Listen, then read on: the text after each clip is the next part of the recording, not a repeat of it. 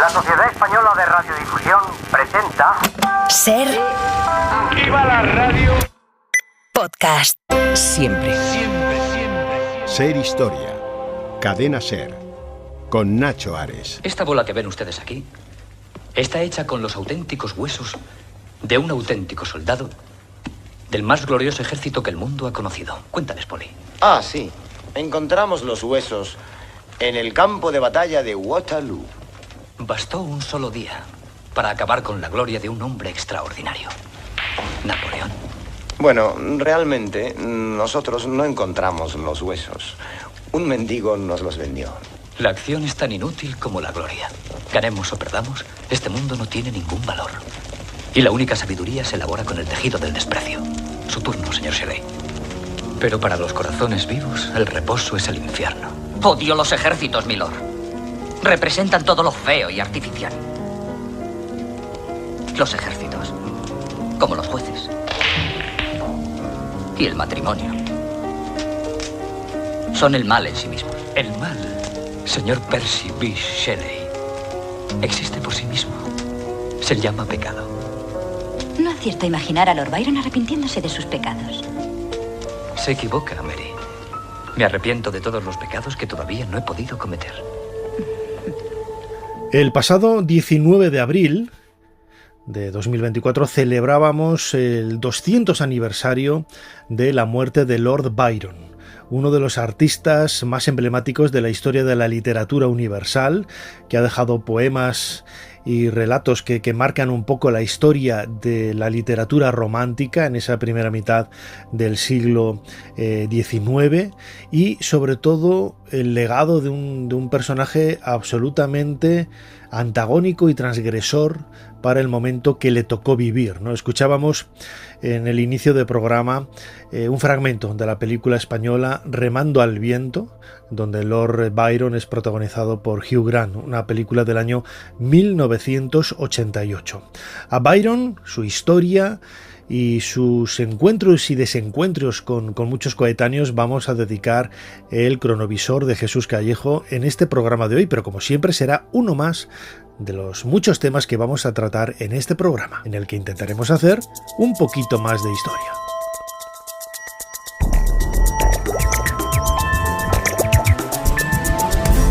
Bienvenidos a Ser Historia, 200 años de la muerte de Lord Byron. Esa es la excusa perfecta para hablar de este autor transgresor, como decía ahora, de la literatura romántica inglesa. Pero no será el único tema que vamos a tratar aquí en Ser Historia en la cadena Ser. Vamos a hablar también de sueños y cómo la interpretación de esos sueños y el significado que se ha querido dar a esos sueños ha marcado un poco también el devenir de algunos momentos de la historia. Comenzamos hoy una nueva sección, Cocinando la Historia, con nuestra compañera Ana Caballero, que nos va a llevar a las cocinas de la antigua Roma.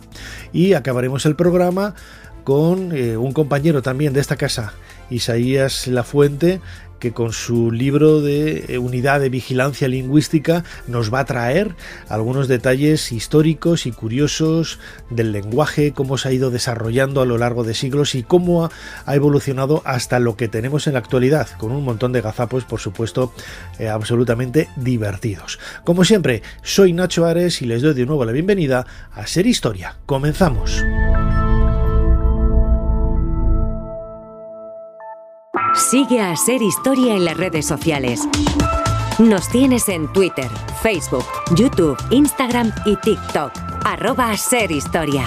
Y también puedes suscribirte a nuestra newsletter mandándonos un correo a serhistoria@cadenaser.com.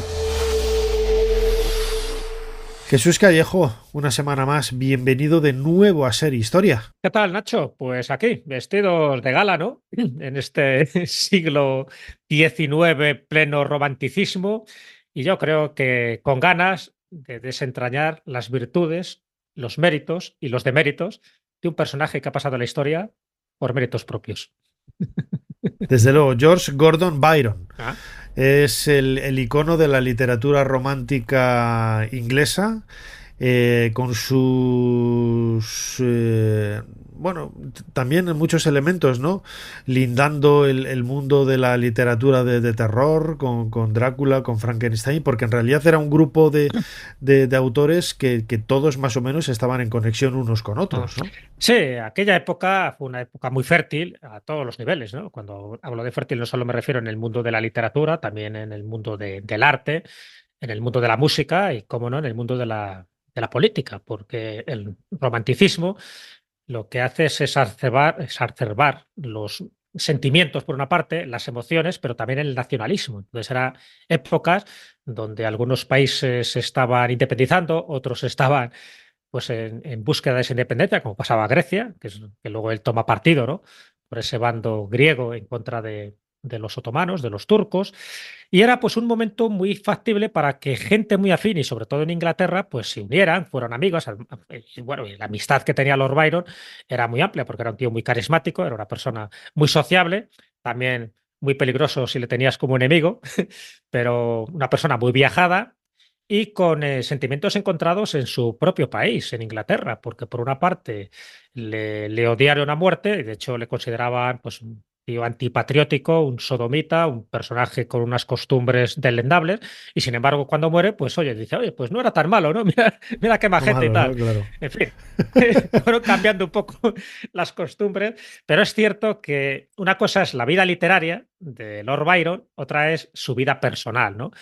Y otra es las consecuencias y la influencia que generó Lord Byron en muchísimos escritores posteriores, pero también coetáneos, tú lo has dicho. Él fue muy amigo de Shelley, él fue muy amigo de la esposa de Percy Shelley, que era Mary Shelley, que fue la autora de Frankenstein.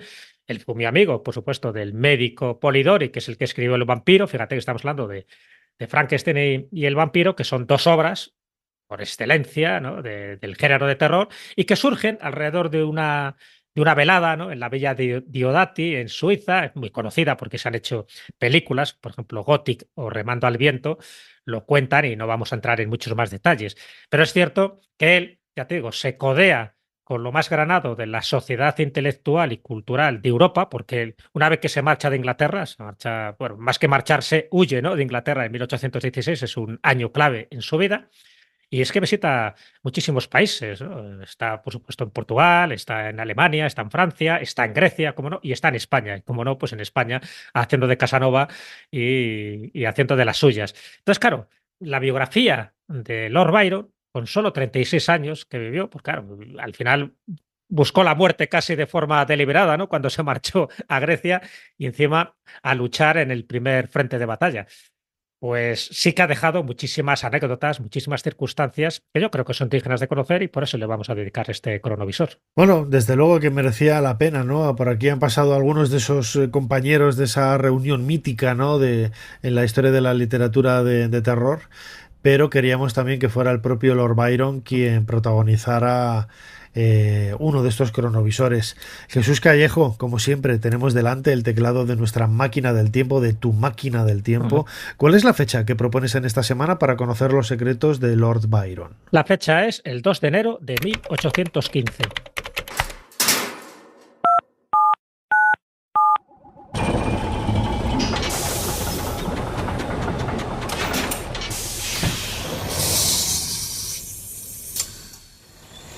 Adelante, pasen.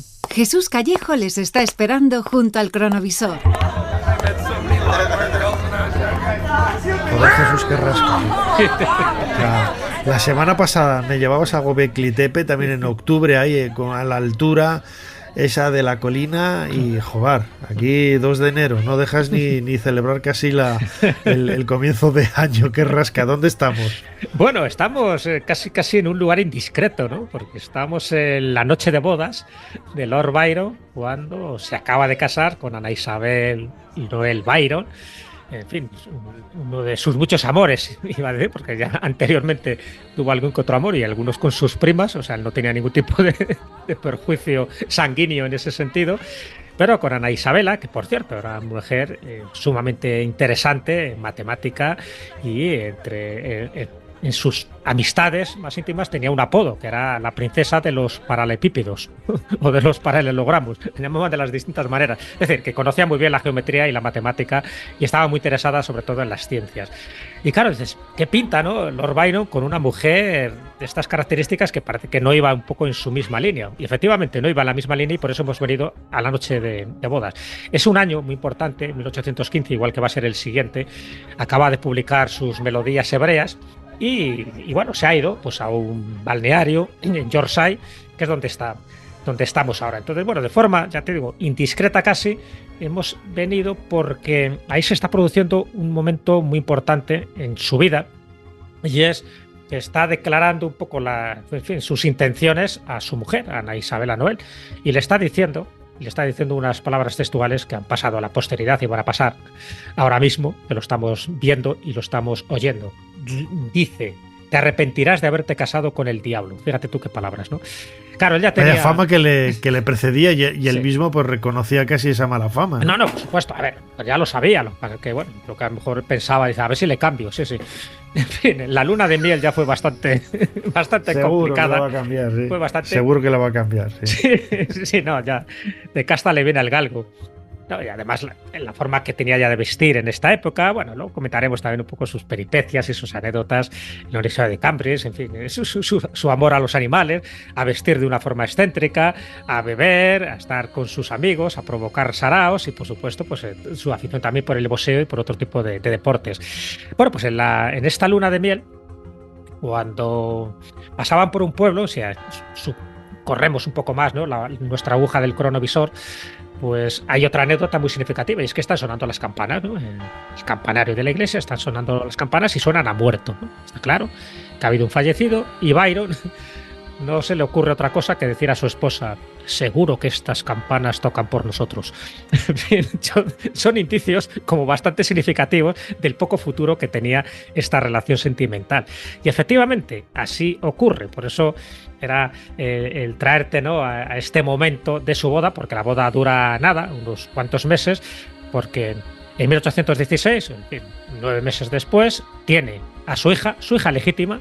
Cuidado, tiene otras hijas que parece que son ilegítimas y se le asocian a él la paternidad, pero tiene una hija legítima con Ana Isabel Noel. ¿Sabes qué hija es? Ada Byron. ¿Recuerdas que también dedicamos un cronovisor? Sí, dedicamos un cronovisor a ella, a una de las mujeres más extraordinarias en la historia de la ciencia. Claro, exactamente. Pero bueno, es tener la hija, que la tiene el 10 de diciembre de 1815 y a principios de 1816, pues bueno, ya ve el comportamiento su esposa de cómo es el marido, ¿no?, el hombre con el que se ha casado, y la acaba abandonando.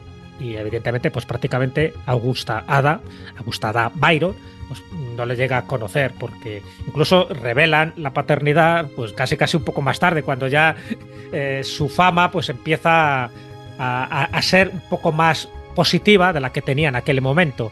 Pero Ada Byron, la condesa de Lovelace, sabes que ella se hace famosa sobre todo porque crea el primer algoritmo codificado destinado a procesar una máquina, la máquina analítica en aquel momento de Charles Babbage, y pues está considerada la primera programadora de ordenadores de la historia. Tenía 8 años cuando Byron murió, o sea que imagínate que prácticamente lo poco que le comentaron de su padre, poco sabía ella, ¿no? Pero es curioso porque hay una similitud. Byron siempre tuvo mucho cariño por su hija, por esta hija que no podía ver, porque él nunca más regresó a Inglaterra. Una vez que él se marcha de allí, en 1816, ya no vuelve más a Inglaterra, pero por eso, porque le considera una apátride, porque él ya no tiene ningún interés en ver a sus conciudadanos. Y al final tienen esa carencia, por una parte la hija, ¿no?, de no conocer realmente a su padre, y su padre por no haber tenido una estrecha relación sentimental con su hija. Pero los dos, y estos los guiños de la historia y de la vida, los dos mueren a los 36 años. O sea, Byron muere 36 años y su hija, qué curioso, muere también con 36 años. Bueno, pues todo esto es un poco el momento, esos rumores, ¿no?, de relaciones incestuosas que ya en aquel momento se hablaba que tenía Lord Byron, incluso con su media hermana, con Augusta, de que se rumoreaba en aquella época que tuvo a su hija, a Medora.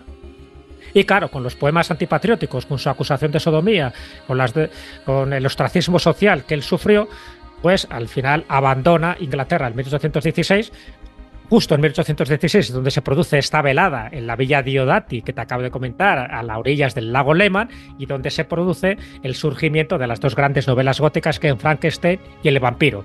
Así que este es el caldo del cultivo en el que se desenvuelve nuestro querido personaje Lord Byron. Tengo una idea. ¿Por qué no vamos a Ginebra y vemos el Mont Blanc? Y remamos en el lago y conocemos los paisajes que inspiraron a Rousseau. Sé a qué paisaje se refiere Clara. Su paisaje se llama Lord Byron. Oídme, voy a cantaros un canto albanés. Os pido mucha atención y silencio. Es un canto muy antiguo de las montañas de Albania. Cantad conmigo.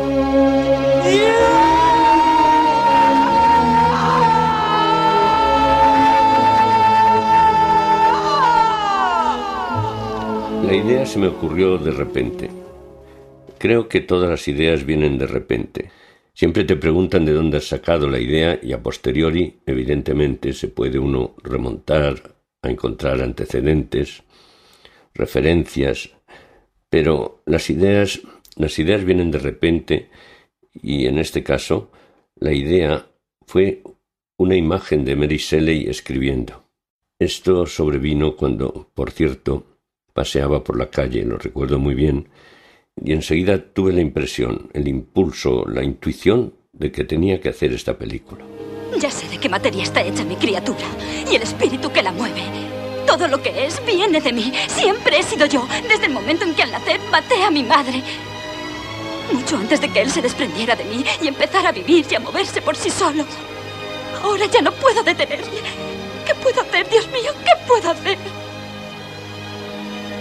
Si has tenido poder para escribir nuestro destino, ten ahora fuerza para aceptarlo.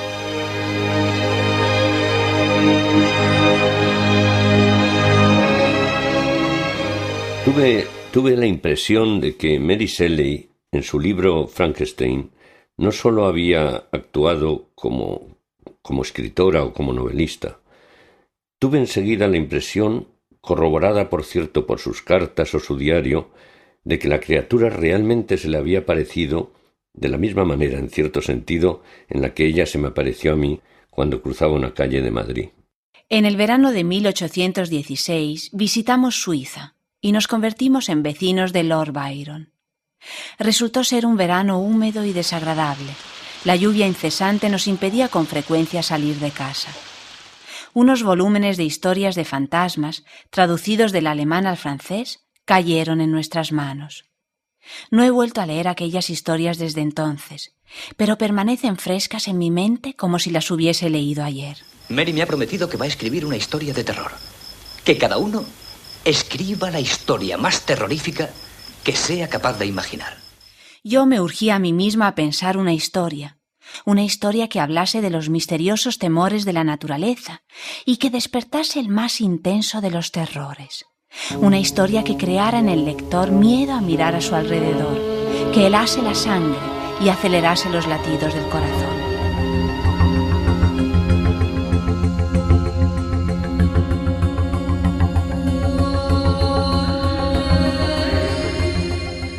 Jesús Callejo, escuchábamos ahora a Gonzalo Suárez, director de la película Remando al viento, del año 1988, la has mencionado antes, ¿no? Una de las películas, una coproducción internacional en la que aparece Hugh Grant haciendo de Lord Byron. Para mí el mejor Lord Byron de todos, Hugh Grant. Sí, porque te iba a decir, investigando un poco la vida privada de Hugh Grant, también es un poco un tío muy atractivo, bisexual, muy elegante, es decir, tenía muchos elementos, ¿no?, en común con lo que vemos en la figura de Lord Byron, ¿no? Quizás era llevar su propia vida a la pantalla, ¿no? Sí, algo así. Le faltaba la cojera. Ya sabes que sí. Lord Byron se caracterizaba por esa cojera de nacimiento que él tuvo, era patizambo, y de hecho, claro, tuvo una relación también bastante conflictiva con su madre, ¿no?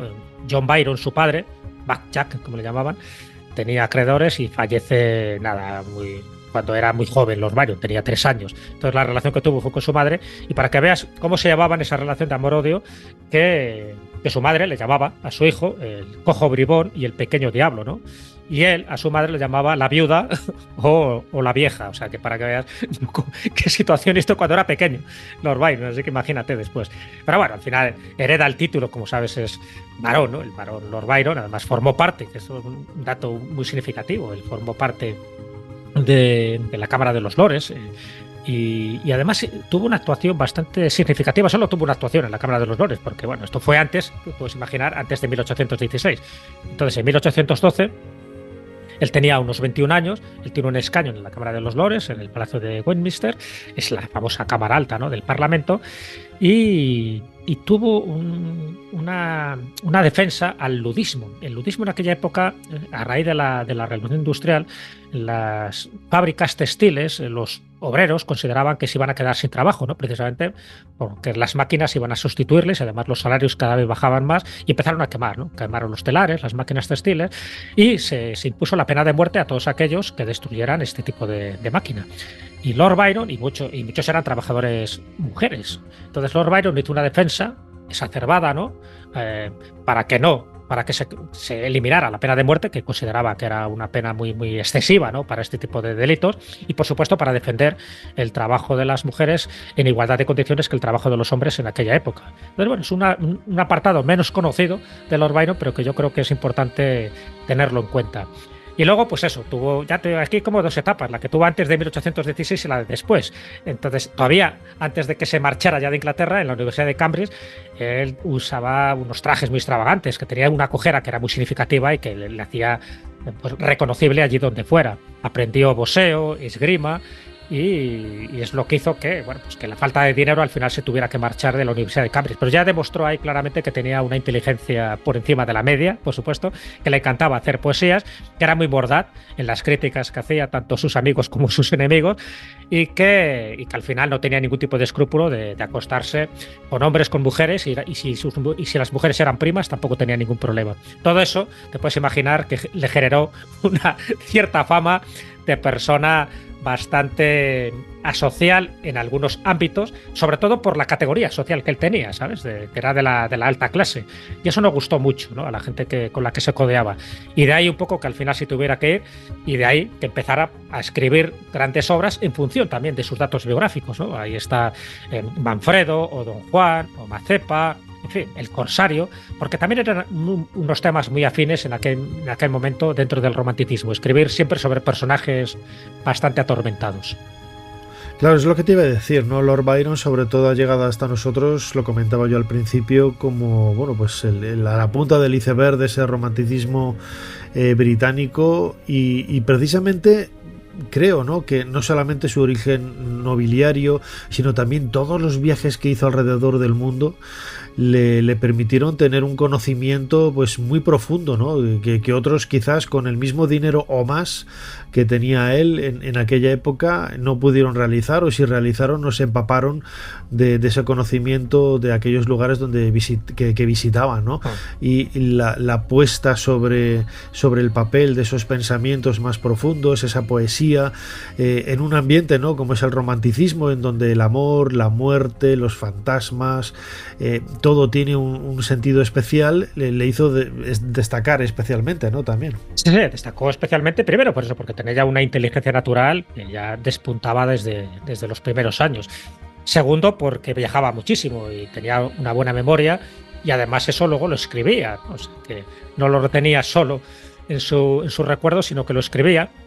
Y al viajar tanto, pues fíjate, él estuvo en Portugal, en Albania, estuvo en Malta, en Grecia, también estuvo en Turquía, fíjate, a pesar de que luego pues tuvo lo que tuvo con el Imperio Otomano, pero allí, por ejemplo, intentó descubrir Troya, o sea, le interesaba muchísimo la parte de la arqueología, intentó buscar Troya, de hecho, tuvo distintos viajes, tuvo muchos encuentros y también encontronazos, ya digo, con hombres y mujeres. Estuvo en España, un episodio a lo mejor menos conocido, estuvo en España, estuvo en Sevilla, estuvo en Cádiz, de hecho en Cádiz tuvo una historia amorosa y escribió el poema La chica de Cádiz, o sea que por ahí, por donde pasaba, iba dejando su huella. Tuvo mucho interés en conocer al general Castaños, dentro de la Guerra de la Independencia, porque él cuando viene, fíjate, él llega en 1809, con lo cual, fíjate, la invasión francesa había ocurrido un año antes. Y él, por supuesto, defiende el liberalismo y está en contra de Napoleón y del absolutismo. O sea, él rechaza cualquier signo de opresión, ¿no? Por supuesto, las monarquías absolutistas le degradaban muchísimo, ¿no? Un poco lo que decía el espíritu humano, y por supuesto también está en contra de Napoleón. Entonces defiende a España dentro de la implicación que él tenía y dentro del carisma, ¿no? Y de la repercusión mediática que él tenía. Entonces entrevista con el general Castaños cuando llega a Sevilla desde Lisboa, ¿no? Él tenía por entonces unos 20 y pocos años, ¿no? Acompañado de un amigo, entonces pues allí empieza a darse cuenta de que Napoleón, mucho que dijera, lo que intentaba era oprimir, ¿no? A Europa, empezando por España, y no le interesó para nada, ¿no? Y esto es, ya digo, muy significativo porque también estuvo en Sevilla, tuvo también distintos affairs sentimentales con distintas mujeres, también dicen que con algún que otro hombre. Incluso hay una anécdota muy significativa, poco conocida, porque cuando estuvo en Sevilla, doña Josefa, la novia de un oficial del ejército español, pues se quedó prendada de él, ¿no? Dijo, qué tío más guapo, qué cojera más simpática tiene, y le invitó a la habitación, le invitó para que fuera de madrugada. ¿Y qué es lo que él hizo? como Casanova que era en aquel momento, no acudió a la habitación. No acudió a la habitación. Y no contento con ello, escribió a la madre de su hija diciendo que era una descarada. Yo creo que él vio el peligro y dice, bueno, si me acuesto con esta mujer, al final, que era, ya digo, la esposa de un oficial, dice, voy a salir aquí a gorrazos, y no le interesó. Entonces, bueno, es muy llamativo. Pero ella siguió tan enamorada de él, en fin, y además con ese desplante no quedó despechada, sino todo lo contrario, se cortó la trenza y se la entregó al poeta, que lo aceptó perplejo, ¿no? Y lo guardó. De hecho, hay una leyenda urbana, errónea desde mi punto de vista, que dice que de cada relación amorosa que tuvo con todas las mujeres, que guardaba un poco de un mechón de cabello, ¿no? Sí, pero decía de pelo del pubis, ¿no? Yo creo que no, lo que guardaba era de mechón de cabello, no era tan morboso en ese sentido. Pero bueno, para que veas un poco toda esa fama que también dejó en España, por supuesto, hasta que ya llega a Grecia, que es un poco su última etapa, ¿no? Donde él ya toma partido pues con la independencia de Grecia, que él no la llega a ver, porque como bien sabes, él muere antes, pero sí se implica de una forma ya definitiva en formar parte del ejército y en defender la libertad de lo que él consideraba que era un pueblo oprimido, que era Grecia, por el Imperio Otomano, ¿no? Que en aquel momento lo representaba Turquía. Así que para que veas un poco todas las aventuras en las que él se fue metiendo. Fíjate, es un personaje, iba a decir, ecléctico, ¿no? En el sentido de que abraza en sí mismo muchos de los aspectos más liminares o más transgresores, ¿no? de aquella época. Los cuadros que conservamos de él, esos retratos con esas vestimentas tan asiáticas, tan orientales, también le caracterizaron, ¿no? Y de alguna forma a mí siempre me recordaba un poco a Antonio Pérez, el secretario de Felipe II, que se caracterizaba precisamente por ir vestido a la moda del siglo XVI, pero con unos trajes y unos perfumes y una serie de elementos que lo convertían en un personaje completamente singular, ¿no? Y Lord Byron debía de ir por el mismo camino, ¿no? La moda del siglo XIX, pero muy a lo Lord Byron, ¿no? Con esos trajes ahí casi de corte oriental que llamaban muchísimo la atención en aquella época. Lord Byron y la moda también es un tema, ¿no? Sí, totalmente. De hecho era un dandy, no hay ninguna duda. Él vestía bien y vestía conforme a su posición social, pero también al dinero que tenía. Ojo, también un dinero que él despilfarraba, con alegría, ¿no? Y de hecho hubo momentos en su vida que lo pasó francamente mal y que tuvo que pedir prestado dinero. Pero sí es cierto que sus trajes extravagantes, su vida licenciosa, era un despilfarrador, pues eso hacía que no pasara desapercibido. Y luego su amor a los animales. A él se le atribuye, igual que a tantos otros, ¿no? La frase de que cuanto más conozco a los hombres, más amo a mis animales. En su caso, a los perros. Él tenía una devoción casi infinita, ¿no? Hacia sus perros. Él tuvo varios, los puso distintos nombres, Fanny, Nelson, pero sobre todo a Boswine. Era un poco como su perro favorito. Hasta le dedicó un epitafio, ¿no? Cuando se murió. Pero hay una anécdota muy significativa, muy curiosa también para ver un poco el carácter díscolo que tenía Lord Byron cuando estaba en la Universidad de Cambridge. Él tenía unos 17 años. pues le impidieron tener animales. Entonces él dijo, que me impedís tener animales. Él quería tener un animal pequeñito de mascota, un perro, un gato. Entonces, como se lo impidieron, pues había por entonces un circo ambulante por allí, así que ni corto ni perezoso se cogió un oso como mascota. Pues, y se plantó con el oso allí. Y él decía que ningún estatuto de la universidad prohibía que hubiera osos. Y efectivamente allí lo tuvo durante unos días hasta que, claro, fue insostenible e insoportable por el olor el que mantuviera al oso más tiempo. Percy B. Shelley, ateo y demócrata. George Gordon, Lord Byron. Tengo 100 años. Creí que tenía 200 por lo mucho que hemos tardado en encontrarle. No se preocupe, milord. Dentro de 100 años todos tendremos la misma edad. Me arrepiento de todos los pecados que todavía no he podido cometer. Hay 3 cosas que yo puedo hacer y usted no. ¿Qué cosas son? Atravesar un río a nado, apagar una vela de un disparo a 20 pasos. Y la tercera. Qué inútil me parece todo, Polidori. ¿Para qué atravesar un río? ¿O apagar una vela? ¿Cuál es la tercera cosa, my lord? Escribir un poema del que se han vendido 14.000 copias en un solo día. ¿Dónde vas tan deprisa, Clara? Escucha. Siéntate. Nosotros dos no debemos ni podemos dejar de amarnos. Nunca encontraré a nadie como tú, ni tú a nadie como yo. Estamos hechos para vivir juntos. Mi voz y mi corazón son tuyos. ¿Eso te ha escrito Byron? No. Es una carta a su hermana. Señorita Claremont, su zapato. Pues sepa, señor Shelley, que hay 3 cosas que yo puedo hacer y usted no. Encontrar un zapato de mujer en plena noche, descubrir la propensión a la tisis en el rostro de un fumador de opio y ganar una regata a vela.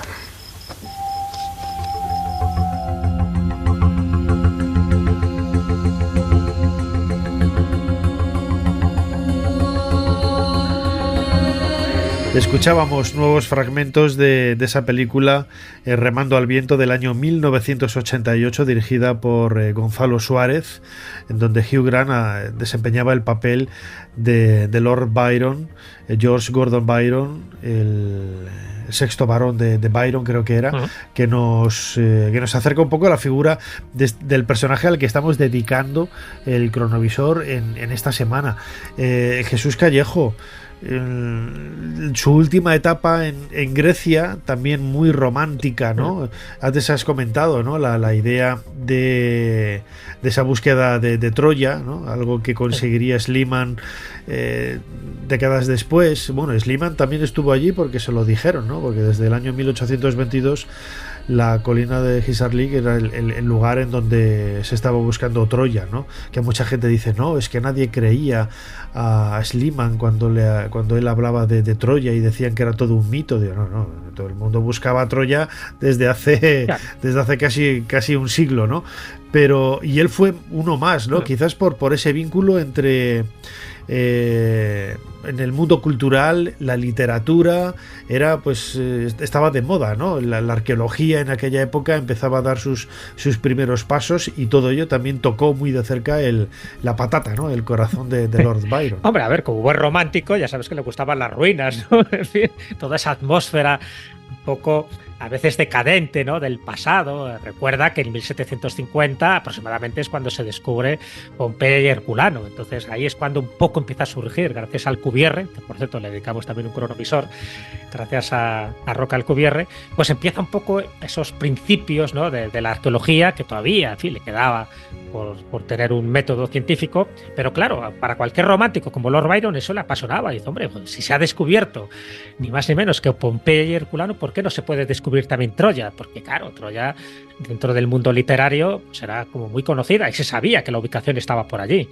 Entonces a eso le interesaba muchísimo, por eso también, como él estaba también muy implicado en la cuestión política de ese nacionalismo que te comentaba al principio, pues él también tenía, pues, por ejemplo, muchísimo interés en la independencia de las colonias americanas, ¿no? De hecho, una goleta de Byron se llamaba Bolívar, igual que la goleta de Shelley, de su amigo, se llamaba Don Juan, en honor un poco al gran poema de Lord Byron. Entonces, bueno, pues este es el tipo de cosas que le molaban. Y claro, él quería tener una especie como de, inconscientemente, ¿no?, de una muerte digna. Y él pensó, dice, bueno, pues si hay que morir, vamos a morir batallando, ¿no? Vamos a morir por una causa noble, por una causa justa.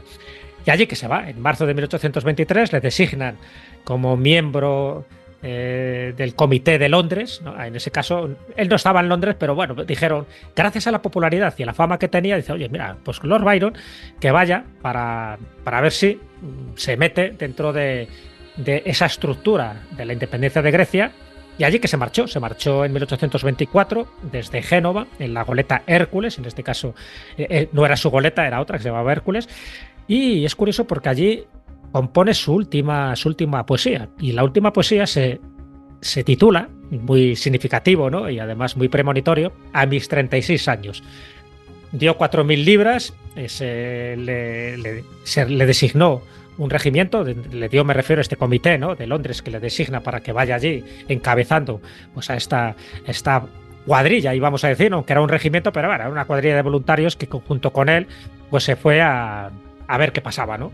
Y lo que pasaba, según cuenta él, fue muy descorazonador, porque entre el propio ejército griego había divisiones, ¿no? Unos que querían entrar en negociaciones con Turquía, otros que decían que no, que había que atacar cuanto antes, que no había que conceder ningún tipo de tregua, y él se dio cuenta de que faltaba un poco de unidad. Pero bueno, al final, evidentemente, pues él tomó partida por aquellos que querían atacar cuanto antes, claro, y de hecho fue recibido como un héroe por los propios griegos, ¿no?, cuando él entra en contacto, además, con las distintas tropas, ¿no?, con los distintos ejércitos de Grecia. Y bueno, pues Byron planteaba atacar la fortaleza de Lepanto, y que estaba en manos de los turcos en aquel momento, en la desembocadura del Golfo de Corinto, y allí es donde pues ocurre algo que él no esperaba. O sea, él no es herido por ninguna bala, pero sí que contrae una fiebre muy violenta, una especie de disentería en Missolonghi, cuando está en Missolonghi, estamos hablando del 19 de abril, y evidentemente los achaques le impiden, ¿no?, continuar, por lo menos estar al 100%. Encima, en aquella época, sabes, cuando alguien tenía una fiebre tan violenta como esta, le hacían sangrías, entonces la sangría le debilitaba mucho más. No sirvió para nada, sino todo lo contrario. De hecho, se considera, y se hizo un cálculo, de que perdió unos 2 litros de sangre aproximadamente, ya digo, no por heridas de guerra, sino sencillamente por la sangría, los curanderos, los matasanos que había en aquella época. En fin, el hecho es que al final él murió en 1824 sin ver cumplido su sueño de la independencia de Grecia, que conseguiría mucho más tarde. Y Grecia, fíjate, es curioso, porque como le tenía como un héroe nacional,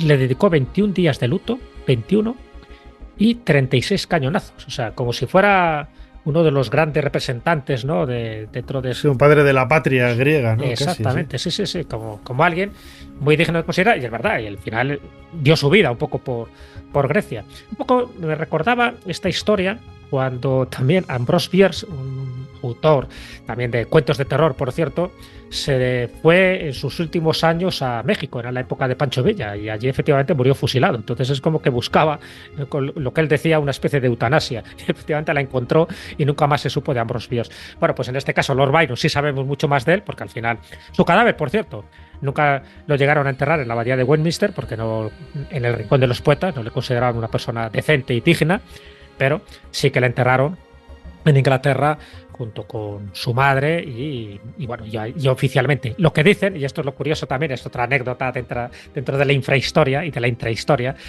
que cuando le llevan a Inglaterra, para que no se descompusiera el cadáver, le metieron dentro de una cuba de coñac, lo cual yo creo que tampoco le desagradaba demasiado. Y entonces solo las extremidades, lo que no entraba en la cuba, es lo que tenía signos de descomposición. Lo demás allí quedó. Y dice que su corazón se quedó en Missolonghi, pero no sé si es una leyenda urbana o efectivamente su corazón se quedó allí. O quizás es una referencia poética, ¿no?, de que su corazón y su alma se quedó allí porque era el lugar que tanto había amado y por el que había luchado en los últimos años y días de su vida. Lord Byron era el protagonista de nuestro cronovisor esta semana, junto con Jesús Callejo. Con él hemos viajado en el tiempo al pasado para intentar reconstruir la vida de este escritor romántico, nacido en 1788 y muerto en 1824, muy joven, apenas 36 años, y que, como decimos siempre, merecía un cronovisor aquí en Ser Historia. Jesús Callejo, crononauta, como siempre, muchísimas gracias una vez más por habernos ayudado a hacer un poquito más de historia. Muchísimas gracias a ti y larga vida, en este caso, en el otro lado, para Lord Byron, que justo el 19 de abril de este año cumplía 200 años de su muerte.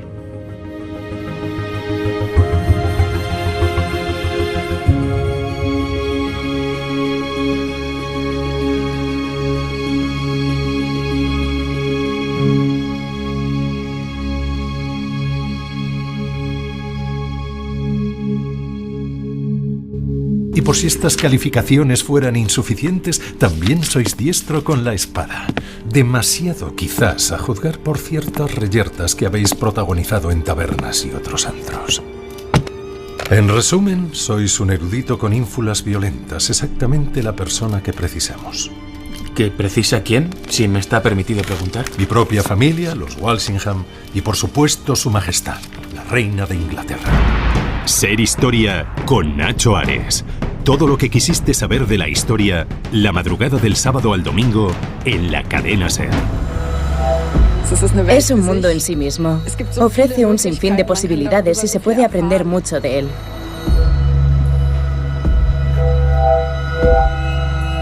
Si busco algo en concreto, entro en edificios y abro puertas a nuevos espacios.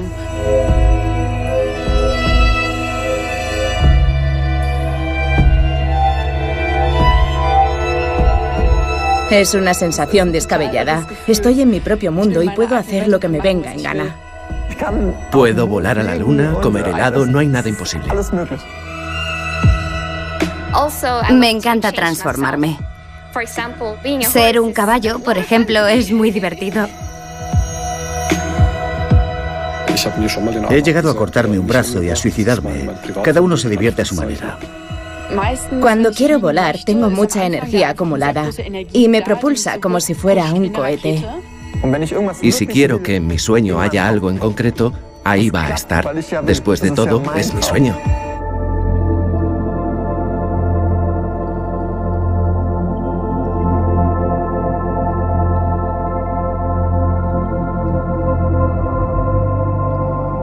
Escuchamos un fragmento de un documental emitido en un programa de televisión española, La Noche Temática, bajo el título, mejor dicho, de Sueños Lúcidos.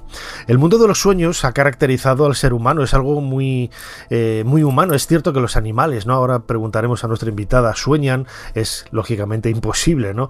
Intentar descifrar, ¿no? Interpretar los sueños de los animales, pero es un elemento muy humano, muy privado, muy intenso también, muy vivo, que desde la antigüedad y desde que tenemos registros históricos, pues ha estado también relacionado con la religión, con el mundo de las creencias, con absolutamente esos sentimientos más internos, ¿no?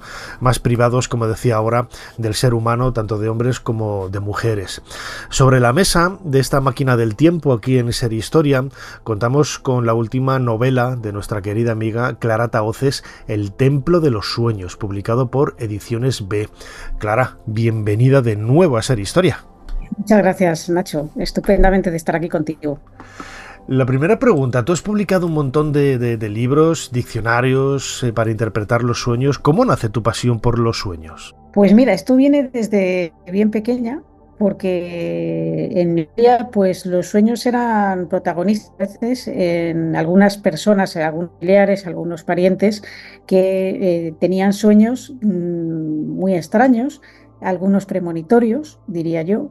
Y yo también empecé a tener sueños extraños y me daba mucha curiosidad saber qué podían significar, y en cuanto pude empecé a leer sobre el tema, y de ahí pues fíjate, han nacido ya pues 2 libros sobre la interpretación de los sueños, y ahora esta novela que también tiene que ver con los sueños, pero en este caso con los sueños lúcidos. Uh-huh. Realmente lo escuchábamos un poco ahí en la introducción, en ese fragmento del documental emitido en La Noche Temática, pero un sueño lúcido, ¿qué es? ¿En qué se diferencia de un sueño convencional? Un sueño lúcido es aquel en el que el soñador de repente toma conciencia de que está soñando, es decir, se despierta, por así decirlo, dentro del sueño y es consciente plenamente de que eso que está viviendo es un sueño y que por tanto puede modificarlo. Hay varios grados de lucidez. En el grado, por ejemplo, máximo que se puede tener, el soñador lo que puede hacer en ese sueño es cambiar el argumento, cambiar los personajes y hacer las actividades que él desea hacer, independientemente de lo que esté viviendo en ese momento. Todo es cuestión de que en ese momento pueda realizar la acción con esa toma de conciencia de la lucidez. Uh-huh. Imagino que esto es algo que científicamente ahora está muy estudiado, pero que se conoce desde diría casi desde la prehistoria, pero no hay registros escritos en la prehistoria, pero sí en la antigüedad, en la historia. Todos hemos oído, ¿no? Hemos leído hablar de esas personas que hacían cola en los templos para que el sacerdote soñara, ¿no? en su nombre y poder interpretar el futuro. El mundo de los sueños siempre ha estado muy presente en las fuentes antiguas, en ese mundo de las creencias, ¿no? Sí, totalmente. Desde luego, si por ejemplo, nos vamos a Roma y a Grecia, en Roma y Grecia la interpretación de los sueños era ampliamente valorada. En Grecia tenemos a Asclepio, que es el dios de la medicina y de la salud. Su alter ego sería Esculapio en Roma. Y, por ejemplo, el templo más importante en Grecia, el templo de los sueños, era el templo de Epidauro, donde estaba el Asclepión. Epidauro, que está en Grecia actualmente, tenía lo que era el Abatón, que era un dormitorio para los suplicantes. Había gente que hacía peregrinaciones desde diferentes lugares muy distantes para poder interpretar sus sueños y ver que si le daban una solución, especialmente en temas de salud, de embarazos, etc. Lo que pasa es que, por ejemplo, en estos templos estaba prohibido nacer o morir. Entonces, claro, venían muchos moribundos con enfermedades muy difíciles de curar y venían parturientas. Entonces, para que ellos no pudieran estar ahí y murieran en ese momento, lo que se hizo fue construir una casa aledaña donde se hospedaban estas personas. Y luego, pues si quieres, podemos entrar en los rituales, las purificaciones que se hacían previo a estas interpretaciones de los sueños, si te parece, Nacho. Sí, porque me imagino que tendría todo una suerte de ritual, ¿no? Para poder, como decías ahora, si eres capaz de manejar esos sueños lúcidos y despertarte dentro de un sueño y manipularlo, también imagino que esas técnicas serían utilizadas para este tipo de ceremonias, ¿no? Claro, lo que se hacía es un complejo ritual. Por ejemplo, se empezaba con purificación, se hacía ayuno, se hacía abstinencia sexual, abstinencia de algunos alimentos, como por ejemplo el vino, la carne, las habas, que se consideraban que no ayudaban a tener los sueños. Se hacían abluciones con agua fría, se hacían ofrendas de animales. Por ejemplo, había una cosa que llamaban la hora de las lámparas sagradas, que eran, se ponían unas lamparitas, se quedaba todo medio en penumbra al lado de la estatua del dios, ¿no?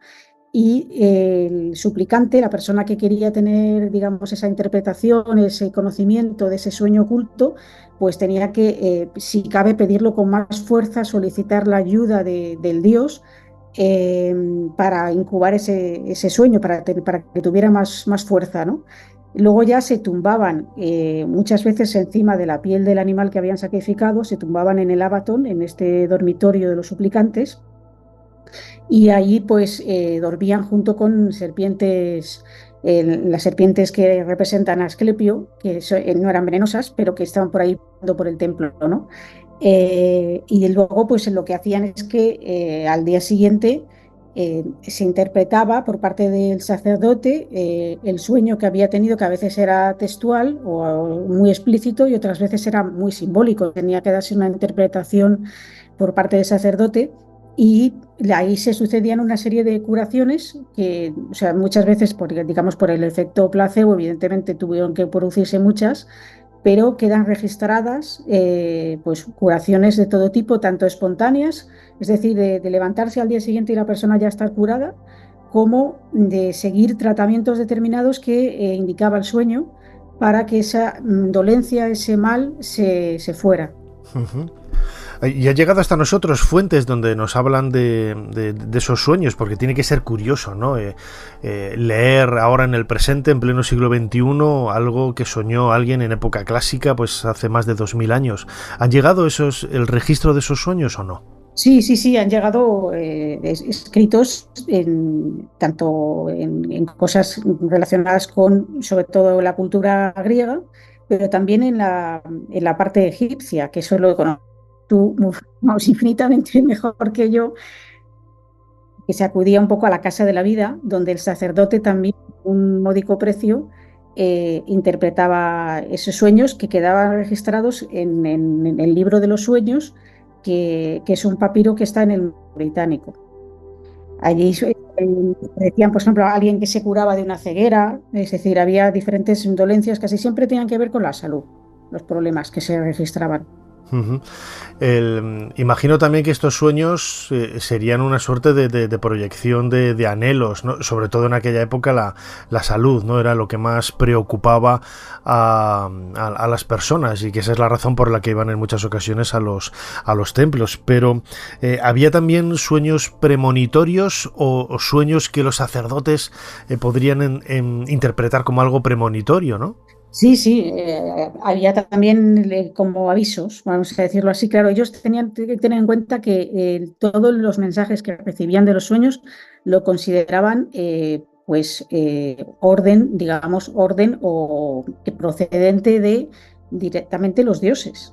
Entonces, los dioses, claro, tenían el conocimiento también de lo oculto, de lo que iba a pasar.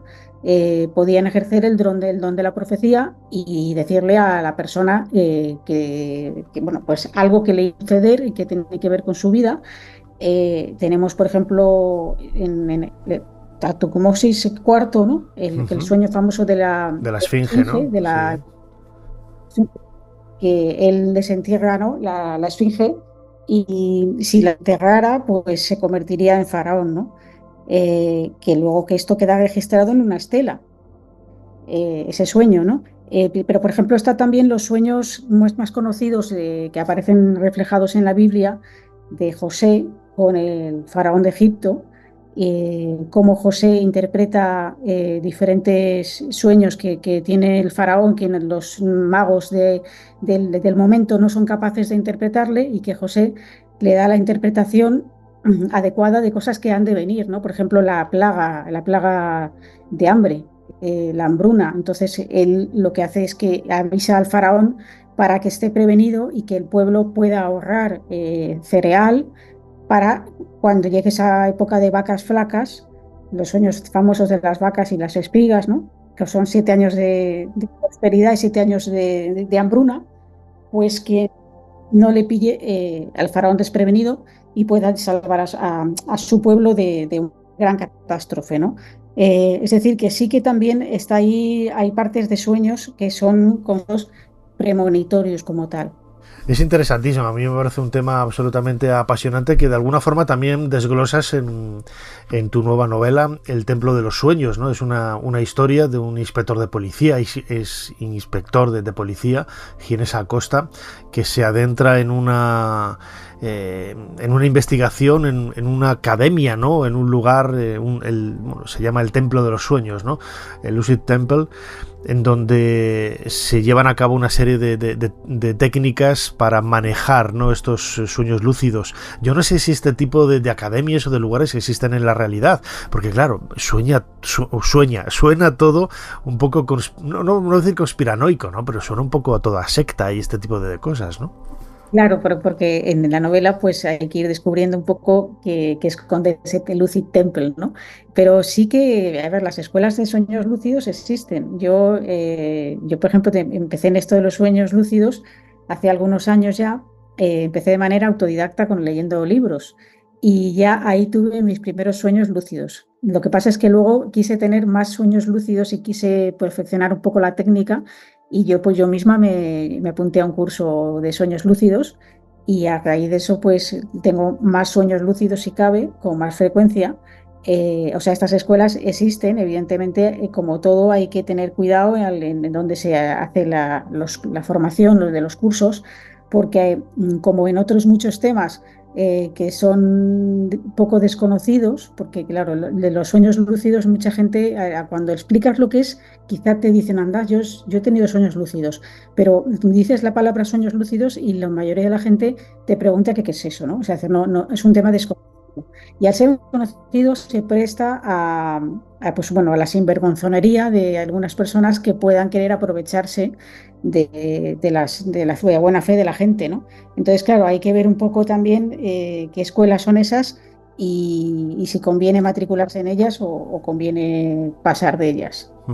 Además, bueno, el mundo de los sueños, y no tanto la interpretación, ¿no? Pero el estudio médico de los sueños por parte de psicólogos o incluso de psiquiatras es algo que está a la orden del día y permite incluso conocer, ¿no? Tanto el nivel de descanso de las personas como ese reflejo, ¿no? del estrés que puede tener durante el día en el momento de trabajo. Los sueños son un poco el reflejo de nosotros mismos. Sí, no cabe duda de que al final los sueños es un reflejo de nuestra vida diaria proyectada a la noche, ¿no? Que entras en otro universo, entras en otra, digamos decir, otra realidad, pero que no deja de ser una faceta de la misma persona, ¿no? Una diferente faceta. Todo esto, claro, lo sabemos a raíz de que en el año 53 Nathaniel Kleitman y Aserinsky de la Universidad de Chicago fueron los que descubrieron el sueño REM, ¿no? Hay que tener en cuenta que ahora se sabe bastante más del sueño que hace tiempo, aún así sigue siendo un tema muy desconocido, un campo de investigación muy interesante, pero antiguamente hemos pasado por diferentes fases, ¿no? Había desde que los dioses nos hablaban hasta que el demonio nos hablaba, porque también está en el tema de las pesadillas, y las pesadillas se creía que podían ser incubos y sucubos que nos acechaban por la noche mientras dormíamos, ¿no? Entonces, ahora tenemos más información, no mucha más, no te creas que hay mucha más, porque seguimos sin saber la pregunta fundamental, ¿no? Y es que ¿por qué soñamos? Esto todavía no se ha dado de respuesta. Y claro, al no tener una respuesta clara, pues caben muchas teorías sobre ello, ¿no? Por lo que sí te puedo decir es que, por ejemplo, el tema de los sueños lúcidos en concreto es un tema bastante comprobado científicamente, bastante reciente. Quiero decir, sí que había experiencias de sueños lúcidos en la antigüedad y siempre han existido, pero la gente no las calificaba como sueños lúcidos, se llamaban de otra manera, diferentes nombres en diferentes culturas, y hasta que el 12 de abril del año 75, en el Departamento de Psicología de la Universidad de Hull en Inglaterra, un investigador que se llamaba Keith Hearn pues conectó a un polisomnógrafo a un voluntario que se llamaba Alan Worsley y que era un señor que decía tener lúcidos con cierta frecuencia. Claro, lo que querían era comprobar esto científicamente, porque ¿cómo puedes explicar que estás soñando lúcidamente si estás dormido? ¿Qué forma hay para comunicarse con el investigador? Pues como lo que ocurre es que cuando estamos dormidos el cuerpo se paraliza, exceptuando el diafragma y los globos oculares, los ojos. Ellos establecieron un código ocular de mover, es decir, de cuando me encuentre en un sueño lúcido voy a mover los ojos 8 veces de izquierda a derecha. Entonces, efectivamente, después de muchos meses de investigación, pues llega ese día de 12 de abril, que hablábamos del 75, y de repente Adam Worsley entra en un sueño lúcido y se puede comunicar estableciendo ese código previsto ellos antes, ¿no? Y así fue como se demostró. Pero si no, realmente sería bastante complicado de demostrar esta función de los sueños. Qué curioso. Yo desconocía este detalle, bueno, como muchos otros, ¿no? Relacionados con la historia de los sueños, el mundo de los sueños y sobre todo esa faceta tan científica que, como decía al principio, nos acerca a algo muy, muy personal, muy íntimo de nosotros mismos, que casi a diario, ¿no? Por la mañana cuando nos levantamos tenemos ese primer recuerdo de lo que hemos soñado, incluso a lo largo del día, al ver un objeto, al ver una persona, al ver un elemento que te hace hace recuperar el recuerdo de lo que has soñado y que hasta entonces se había borrado. Todo eso es bastante llamativo, y es natural y es normal que hace miles de años se tratara como algo casi mágico, ¿no? Quizás producto de ese desconocimiento. El Templo de los Sueños, publicado por Ediciones B.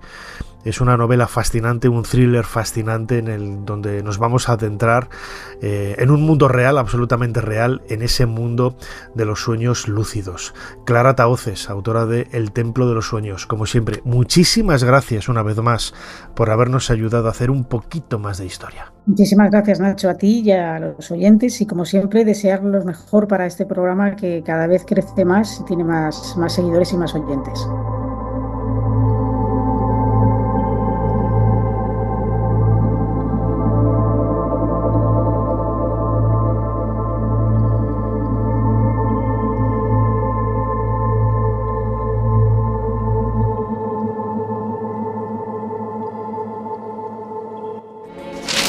Extra, extra. La Gioconda ha desaparecido del Louvre. La Gioconda en poder de una banda de traficantes de arte internacional. Extra, extra. El Louvre pierde la obra maestra de Leonardo da Vinci.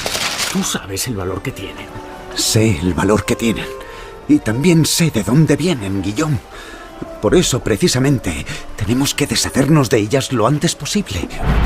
Ser Historia con Nacho Ares. Todo lo que quisiste saber de la historia, la madrugada del sábado al domingo, en la cadena SER.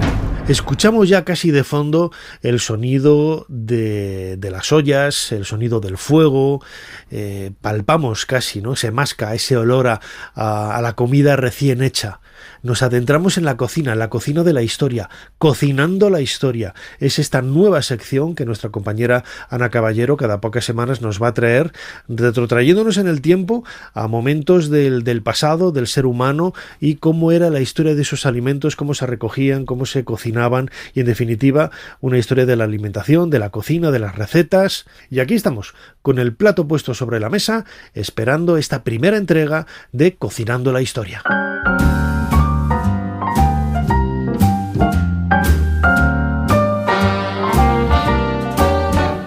La forma de relacionarnos como seres humanos en la historia ha sido en gran medida en torno a una mesa, en torno a la comida. Nuestra cultura está íntimamente relacionada con lo que comemos, y es que cada plato cuenta una historia de la evolución de las relaciones sociales que ha sido reflejada en el arte, en la literatura o el cine. La comida está presente en los negocios y en la política, en las celebraciones familiares, por supuesto. También las religiones han influido en lo que se comía. Identificamos países por sus especialidades gastronómicas, y en nuestra vida siempre habrá un plato que nos haga volver a nuestros recuerdos más tempranos. Lo que vamos a tratar de hacer en este pequeño rincón es acercarnos a esa historia que hay detrás, descubrir curiosidades, desmentir bulos. Vamos a recuperar esos platos típicos que han pasado de generación en generación. Conoceremos los favoritos de algunos personajes históricos. Queremos saber qué comían los romanos o los egipcios, cómo se cocinaba cuando no existía el fuego, cómo se conservaban los alimentos, descubrir las recetas más antiguas. ¿Sabías que las primeras recetas escritas de la humanidad arqueológicamente registradas proceden de Babilonia? De hace 1450 años antes de Cristo, nada más y nada menos. Pero el primer libro de recetas considerado como tal, como una recopilación de ingredientes y elaboraciones en tiempos de la antigua Roma. Se trata de Re Coquinaria, atribuido a Marco Gabio Apicio, aunque en realidad lo que ha llegado a nuestros días es una recopilación que se hizo en el siglo XV, y parece que Apicio no era el artífice de todas aquellas recetas, pero de eso hablaremos un poco más adelante. Hoy, en este estreno histórico gastronómico, queremos descubrir los sabores de la antigua Roma, así que para ello nos sentamos a la mesa con un conocido ya de todos que nos ha visitado en el programa infinidad de veces, Néstor Marqués, arqueólogo, divulgador, especialista en digitalización de patrimonio, pero también, y esto lo vamos a descubrir hoy nosotros, un cocinillas. Así que... ¡A la cocina! ¡A la cocina! Néstor, ¿qué comían los romanos? En general, la alimentación de los romanos era bastante similar a la de otros pueblos del Mediterráneo, como los griegos, ¿no? Estaba basada en productos pues, típicos de la zona, como el aceite, el vino, las hortalizas, los frutos secos, la fruta. Pero claro, todo esto, ¿quién se lo podía permitir? Porque es verdad que la mayor parte de los romanos lo que comían eran gachas, unas gachas que se hacían con espelta, con cebada, esto especialmente en los periodos más antiguos, y luego ya, pues con trigo. Estas gachas eran lo que se llamaba puls, o en plural, pultes. De ahí vienen algunas palabras como puches, que son gachas, y también puchero, del pultarius, que es el recipiente donde se cocinaban estas pultes, estas gachas. Las legumbres tenían un papel bastante importante en la gastronomía popular de la antigua Roma, y esto lo vemos reflejado de forma indirecta en muchos de los nombres propios de las familias de los romanos, como por ejemplo Léntulo, que viene de lentejas, Fabio, de las habas, Pisón, de los guisantes, o, el más conocido seguramente de todos, Quíquero, Cicerón, que es garbanzo al final. En cuanto a las frutas, las más apreciadas eran los higos, las manzanas, las peras y también los frutos secos, que hemos hallado precisamente en muchos yacimientos arqueológicos, pero especialmente carbonizados en Pompeya. ¿Y esos alimentos carbonizados qué pistas dan arqueológicamente? ¿Qué se ha encontrado? Hemos encontrado nueces, almendras, granadas, todo tipo de frutos secos y también de frutas que precisamente nos hablan del momento de la erupción. Recordemos que las fuentes tradicionales, en este caso Plinio el Joven, esas cartas de Plinio el Joven, nos hablaban de fechas diversas, aunque la más tradicional es la del 24 de agosto, y en realidad todos estos frutos que son del otoño nos hacen pensar que la fecha de la erupción tiene más que ver con momentos como octubre, en este caso la que se plantea el 24 de octubre del año 79. Así que la gastronomía también nos sirve en arqueología para poder detectar estos errores de las fuentes. ¿Cuál era ese ingrediente que no podía faltar nunca en una cocina romana? Lo más normal, lo que siempre estaba, eran los condimentos. Tenemos que pensar que la conservación de los alimentos era bastante complicada, sin tener el frío, ¿no?, de nuestros frigoríficos, y por tanto la comida se solía hacer bastante especiada para ocultar un poco algunos sabores un poco fuertes. Y es verdad que podríamos también pensar en que los alimentos se salaban, pero la sal era bastante cara y no siempre estaba disponible, especialmente en las mesas de los más pobres. Y así lo que tenemos son muchos condimentos que tienen una alta carga de sal, que son procedentes sobre todo del pescado, del mar, de elementos marinos. Y si tenemos que destacar un elemento por encima de todos los demás, este sería el garum. El garum es un condimento en forma líquida que podía ser desde lo más lujoso que existía hasta, en fin, el condimento más asqueroso que podamos imaginar. Porque tipos de garum hay muchos. Desde el flos garum, que es esa flor del garum, que es lo mejor, lo que se hace hoy en día, imaginemos con el aceite, por ejemplo, esa primera prensada que prácticamente simplemente por el propio peso ya va destilando ese líquido que tiene un color anaranjado, rojizo, de las carnes que lleva, ¿no? La carne del atún, los lomos del atún, que si encima son los que venían de la zona del estrecho de Gibraltar, que es donde se hacía el mejor garum, pues no podemos imaginar lo increíble que era.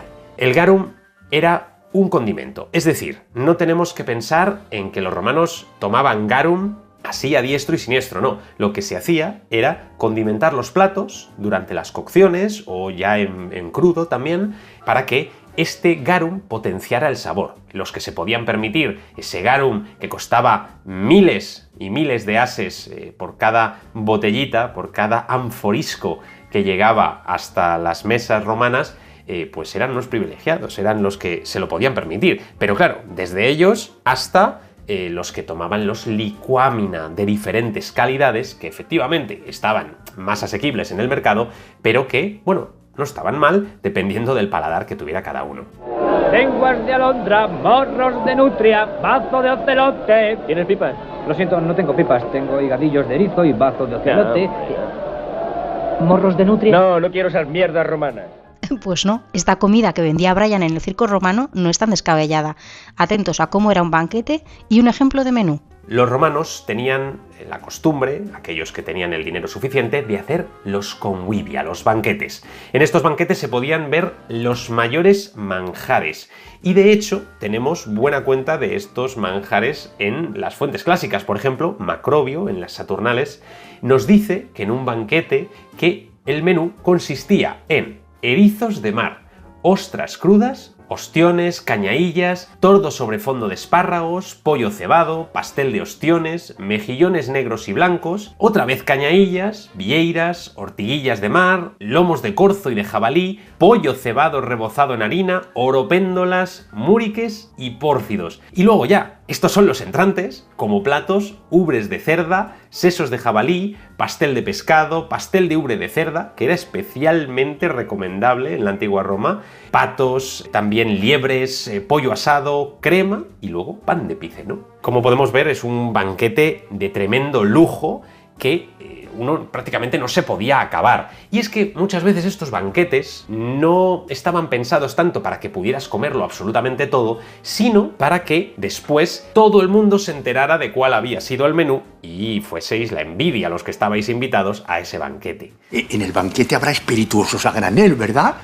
En la mesa romana tampoco faltaba el vino, que era usado como una bebida de acompañamiento, rebajado muchas veces con agua. Bueno, pues tenía un contenido alcohólico bastante alto. Esto hacía que, si no lo rebajabas con agua, corrieras peligro de no terminar el convivium, no terminar el banquete. Solo algunos vinos, muy poquitos, tenían una gran calidad. La mayoría de vinos en la antigua Roma eran de un año para otro, se consumían de un año para otro, y solo unos poquitos podían hacerse vinos viejos, como el Falerno, que se decía que era el de la más alta calidad. Aunque también había comerciantes que engañaban bastante sobre la calidad del vino que te estaban vendiendo y te decían que tenía un vino 100 años y que era espectacular, y en realidad era el vino más peleón que te pudieras echar a la cara.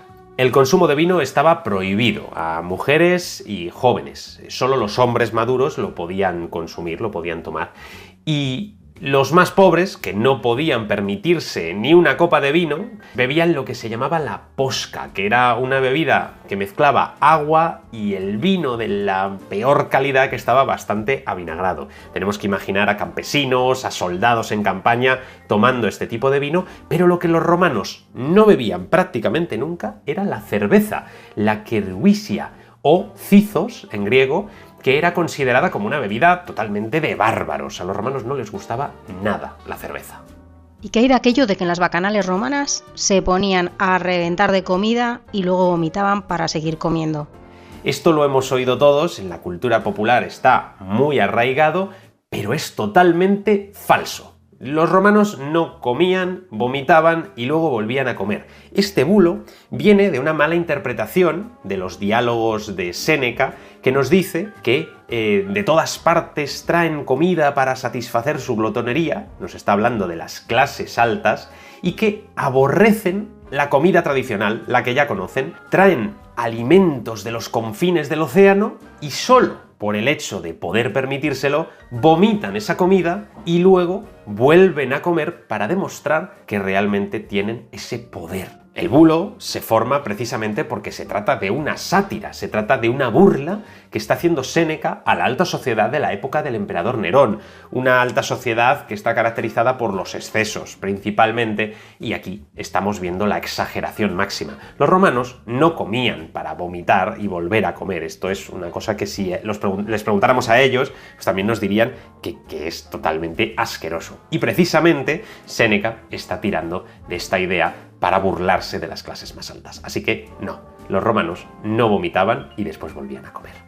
Como os decíamos al principio, el primer libro de recetas de la historia procede de la antigua Roma, el De Re Coquinaria. Es un registro de la comida de la época y las propias recetas de Apicio, aunque hay bastante consenso entre los investigadores sobre que procedían más bien de los cocineros de su casa. Con el paso de los siglos, este recetario es recogido en latín por un monje en un monasterio alemán allá por el año 803 y es lo que llega a nuestros días. El manuscrito se conserva en Estados Unidos en la colección de cocina Margaret Barclay Wilson de la Academia de Medicina de Nueva York, y la primera edición impresa se lleva a cabo al poco de inventarse la imprenta en el siglo XV. Pero ¿quién era Apicio, el supuesto autor de este recetario? Según las fuentes, Apicio fue un romano muy rico que derrochó bastante su patrimonio en los placeres de la vida, especialmente en banquetes, especialmente en la comida, como si no iba a conocer él tantas recetas. Nos cuenta Séneca que dilapidó su fortuna de 100 millones de sestercios y que estaba bastante agobiado con las deudas y que miró sus cuentas, vio que le quedaban solo 10 millones de sestercios y que con eso nos dice Séneca que sin duda iba a pasar hambre, así que tomó veneno y se quitó la vida. Por supuesto, esto es una exageración, porque 10 millones de sestercios le habrían dado para una vida bastante acomodada, por supuesto, pero es verdad que nos da un poquito de ideas sobre la personalidad de Apicio y también sobre las exageraciones gastronómicas de la antigua Roma. Tanto hablar de comida nos está dando un hambre terrible y nos ha dicho un pajarito que, por supuesto, Néstor hace platos de la antigua Roma, que es todo en cocinillas. Así que, por favor, Néstor, receta.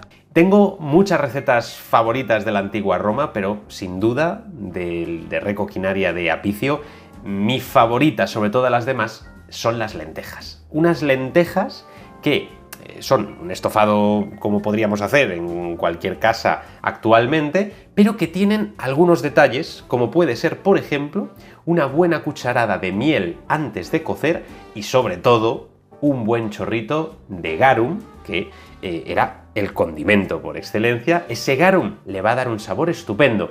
Y si alguien que nos está escuchando sabe cómo se hace el garum, bueno, pues va a pensar que esto es una guarrada, porque al final esto es una salsa de pescado macerada, por no decir podrida, pero que en realidad tiene muy buen sabor. Y no solo eso, sino que en las lentejas ese sabor lo que va a hacer es diluirse dentro del plato y potenciar el resto de sabores de los alimentos, en este caso de las lentejas, y el estofado tiene un sabor espectacular cuando le echamos un poquito de garum y un poquito de miel. Esas son mis lentejas, plato estrella en mi casa, os lo puedo asegurar, me salen de maravilla.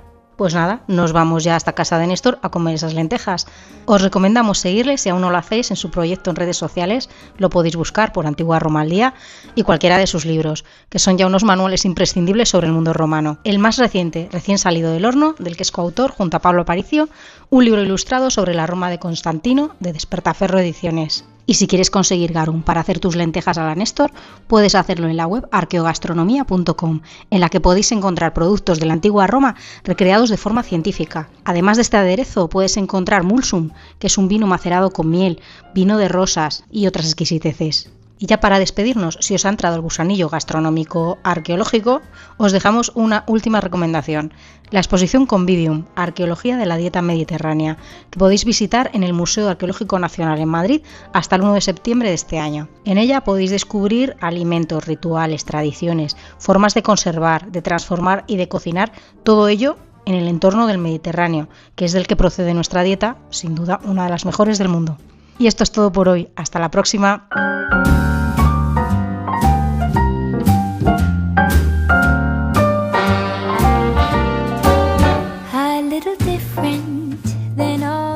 En Saint-Gervais, Blois, a 25 de mayo de 1856.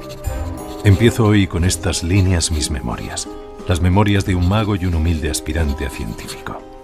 Si el lector me lo permite, voy a conducirle por algunas escenas de mi vida, servirle de cicerone, y para evitarle la fatiga, haré de modo en mi calidad de exbrujo que su viaje y visita se ejecuten sin cambiar de sitio. Ser Historia con Nacho Ares. Todo lo que quisiste saber de la historia, la madrugada del sábado al domingo en la cadena SER.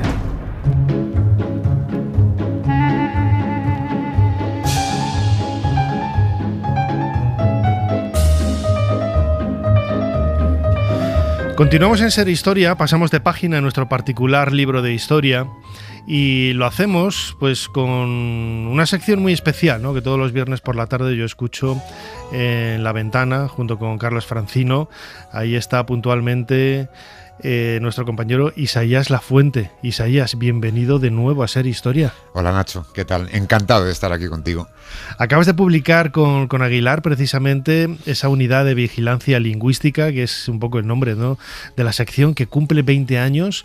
La gente que nos esté escuchando a lo mejor desde otros continentes, desde fuera de España, es una sección en donde todos los viernes Isaías lo que hace es recopilar, ¿no?, que le llegan. Yo también le mando muchas cosas. Sí, eres colaborador. Totalmente habitual, sí.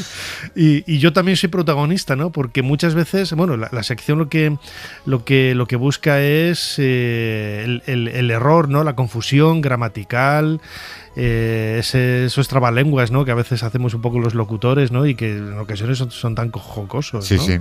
Yo siempre digo que es la sección verde de la radio. Lo que otros tiran a la basura y esconden, pues nosotros cada semana lo recuperamos, lo reciclamos y con eso hacemos, 25 minutos de radio en donde recopilamos nuestros errores. Con el afán de hacer autocrítica y también de aprender un poquito cada día, ¿no? No hacemos milagros, pero bueno, por lo menos es una llamada de atención para decir, oye, pensemos un poquito sobre esta herramienta maravillosa que manejamos y procuremos cuidarla en la medida de lo posible. Claro que lo tenemos tan interiorizado todos los locutores de la SER que cada vez que metemos la pata y nos damos cuenta de ello, siempre lo decimos, ¿no? En vivo, ¿no? Bueno, Isaías ya tiene de nuevo aquí un nuevo argumento para ello. La sección nace hace 20 años. ¿Cómo nace? ¿Cómo nace esta unidad de vigilancia? Pues como nacen las cosas en la radio, Nacho. En una reunión de trabajo, de repente era el año en el que en 2004 conmemorábamos el 4º centenario de la publicación del Quijote, y entonces Iñaki planteó, oye, deberíamos hacer algo en torno a la lengua. Y yo, siguiendo el rastro de lo que hicieron en su día Gorka Zunete, Ramón Gabilondo con el libro del Estrupidiario, digo, pues a lo mejor sería interesante convertir eso en una sección semanal. A Iñaki le pareció muy bien y nació sin nombre, porque Iñaki es de los que piensa que las secciones van tomando nombre. Es un poco absurdo poner un nombre antes de empezar.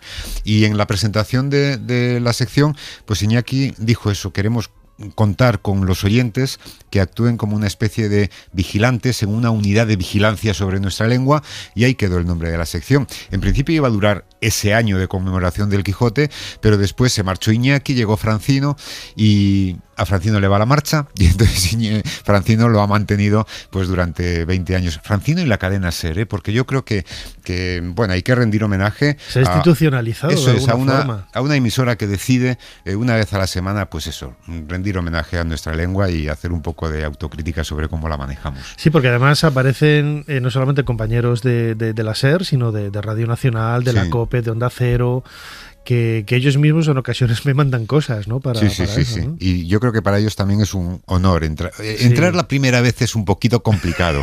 Yo recuerdo que cuando empezamos a poner en marcha la unidad de vigilancia, el grito era, Isaías, no me metas en la unidad de vigilancia. Y ahora lo que me dicen los compañeros es, hace mucho que no me metes en la unidad de vigilancia. Claro. Digo, bueno, pues oye, equivócate y serás bienvenido. Sí, ha cambiado el criterio. Aparecer en la unidad de vigilancia es, ese momento en el que te llama el antiguo compañero de pupitre, tu madre, un primo lejano, alguien que te conoció en un aeropuerto y dice, Nacho, Isaías, te has equivocado en esto. Y bueno, pues es una forma de mantener también las relaciones, ¿no? Claro que sí.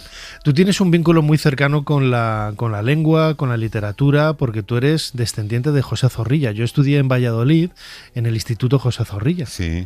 Y yo cuando descubrí que tú eres tataranieto, ¿no? Sí, bueno, no directamente de José Zorrilla, porque yo creo que José Zorrilla no tuvo ningún hijo legítimo. Era un bala y a lo mejor tuvo alguno no reconocido. Y yo soy descendiente de un primo de José Zorrilla, es decir, el padre de mi tatarabuelo y el padre de José Zorrilla eran hermanos. Entonces soy descendiente de un primo. De todas las maneras, bueno, yo creo que es una curiosidad, sencillamente, ¿no? El gusto por la lengua no sé muy bien de dónde me nace. Pues supongo que también vivo en una familia en la que mis padres, sin tener una gran educación, procuraban hablar bien, y eso me despertó el interés, que es un interés. Yo siempre digo, yo no soy lingüista ni soy filólogo, yo soy solamente periodista, y entonces lo que hago es aplicar a nuestros errores los mismos criterios y utilizar las mismas herramientas que utilizamos los periodistas, que es primero confirmar que el error se ha producido y en segundo lugar investigar a través de las fuentes sobre ese error y después pues hacer un dictamen, ¿no? Y ya está. Y esto es lo que yo hago como periodista apasionado por la lengua. Sí. Claro, estamos en un programa de historia y ahora, según te escuchaba, ¿no? Hay muchos compañeros periodistas, y lo veo en muchos documentales, que a veces se hace un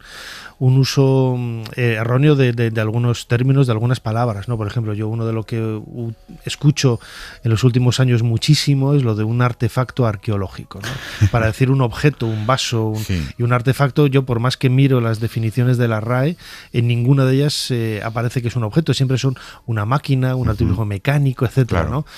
La corrupción también de ese tipo de de términos al final acaban mellando, ¿no? Y muchos de ellos acaban aceptando, que a mí me da un poco de rabia. Sí. Pues digo, joder, tanto tiempo corrigiendo y la resulta que me lo aceptan, ¿no? Mira, como el huevo freído. Sí, sí.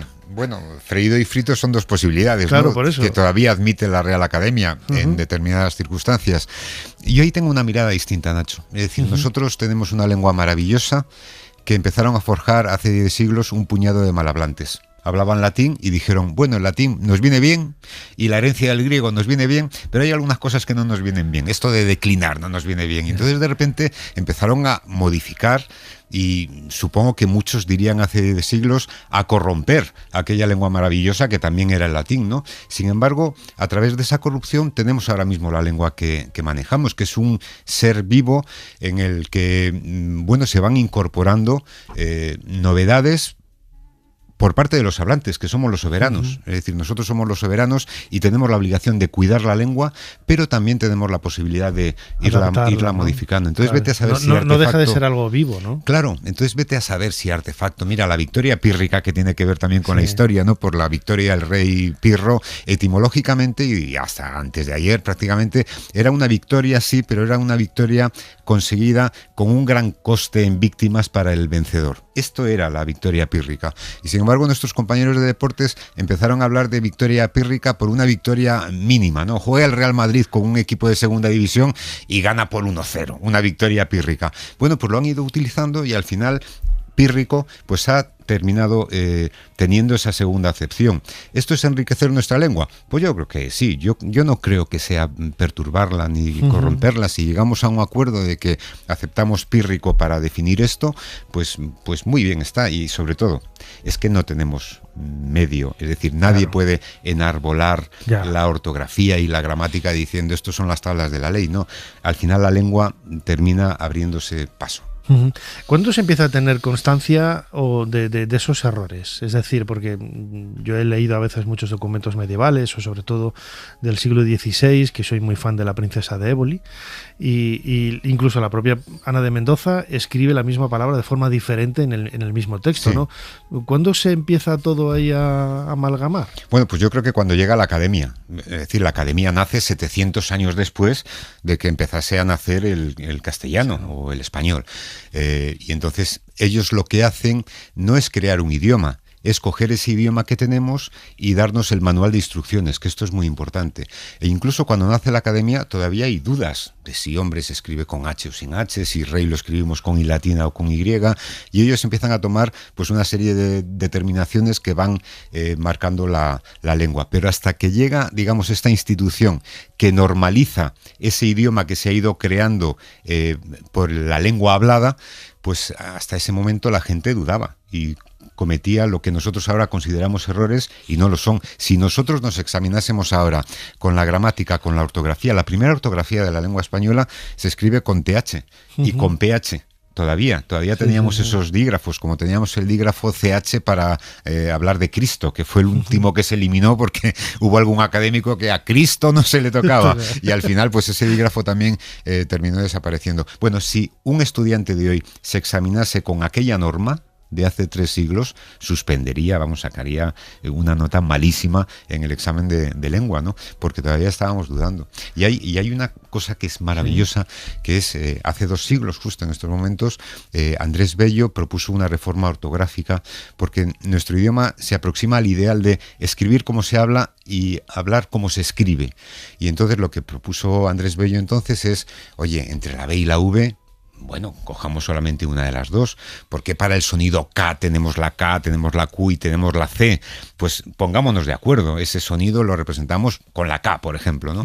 Es decir, las 4 o 5 discrepancias que tenemos en la lengua, pues intentar unificarlas. Y además él tenía una idea fantástica, que es, en estos momentos, quienes saben leer y escribir son un 5% de la población, un 10%. Es decir, cuando consigamos que después la gente se incorpore a la lectura y a la escritura, pues les parecerá perfectamente bien escribir hombre sin H, no les producirá ninguna extrañeza, ¿no? Gabriel García Márquez dijo en un discurso famoso, acabemos con las H rupestres, que es una letra que no sirve para nada, ¿no?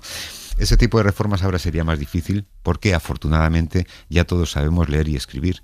Y aunque nos parezca inútil escribir hambre con H. Con H.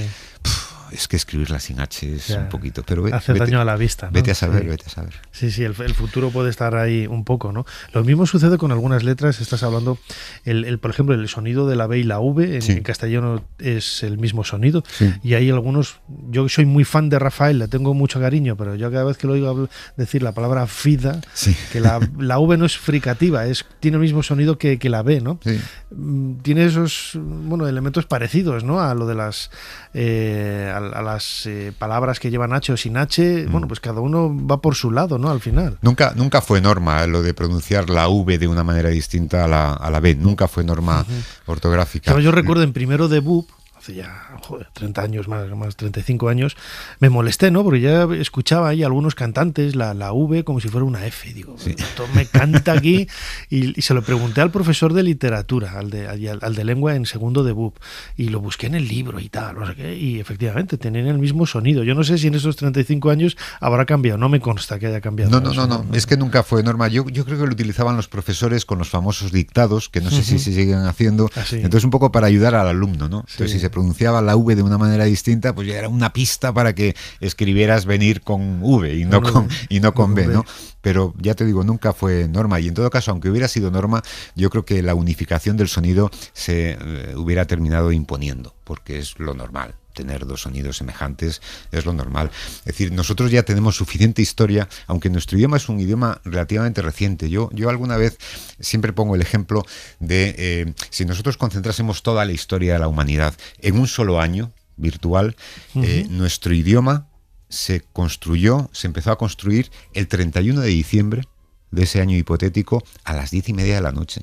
Es decir, es un idioma secular, pero es un idioma que está reciente, desde que la academia se puso en funcionamiento, y ha hecho 23 ediciones del diccionario, y ha hecho otras tantas ortografías y otras tantas gramáticas, ¿no?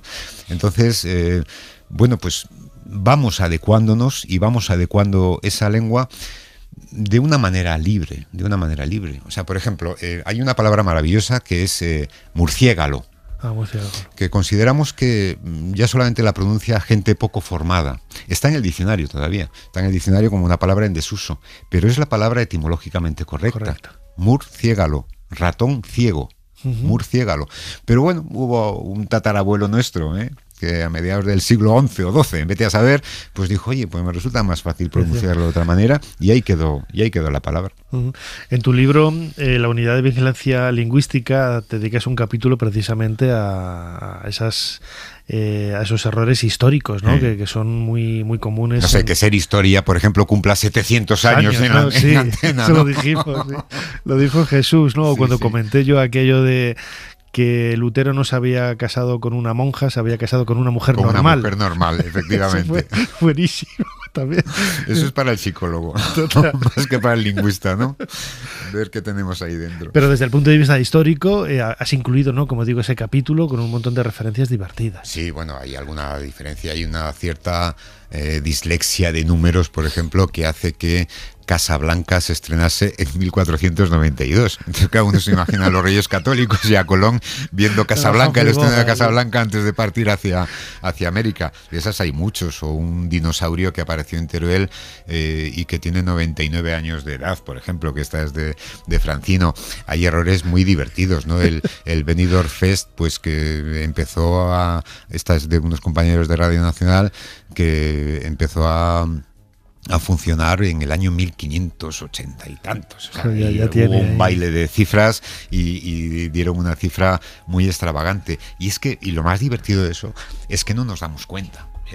Vamos tan embalados que no... Sí, vamos, a veces es la prisa, vete a saber, a lo mejor es la prisa del guionista que ha puesto 1492 en vez de 1942, vete a saber, ¿no? Pero sí, yo creo que la prisa es uno de los elementos básicos que son un caldo de cultivo maravilloso para el tropiezo. Es decir, cuando la palabra va antes que el pensamiento, o sea, esto se produce en milésimas de segundo, ¿no? Pero siempre tiene que ir el pensamiento antes de la palabra y esa es una buena vía para evitar tropiezos, pero a veces no tenemos esa milésima de segundo. A mí me parece una idea fascinante sacar este nuevo libro de la Unidad de Vigilancia Lingüística. A mí me recuerda un poco, ¿no?, a los libros que cuando yo era adolescente, yo era crío, de la antología del disparate, que eran, el autor era Ramón, no recuerdo, los publicaba Planeta y eran muy divertidos, ¿no? Y ahí aprendí yo algunas cosas. De cita una escultura ibérica, dice, la dama de leche.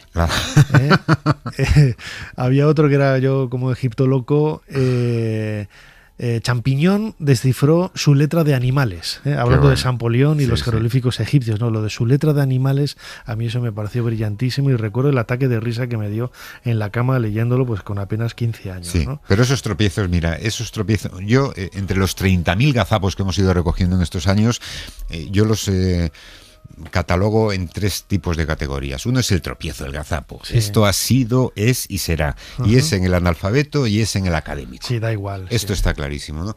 Después hay otro que sí es fruto de la ignorancia o del olvido de lo que aprendimos. Y yo creo que esto es... Oír campanas y no saber dónde, ¿no? Sí, yo creo que esto sí que es un poco imperdonable. Bien, ¿no? Es un poco imperdonable porque, no porque seamos periodistas, sino porque ya pertenecemos a un país en donde estamos alfabetizados todos. Y, claro, hombre, hemos estudiado muchísima lengua como para que cometamos determinados errores. Y después hay un tipo de error que a mí es el que me parece más interesante de lo que ha hecho la unidad en estos 20 años, que es percibir los cambios de errores que han terminado siendo norma, ¿no?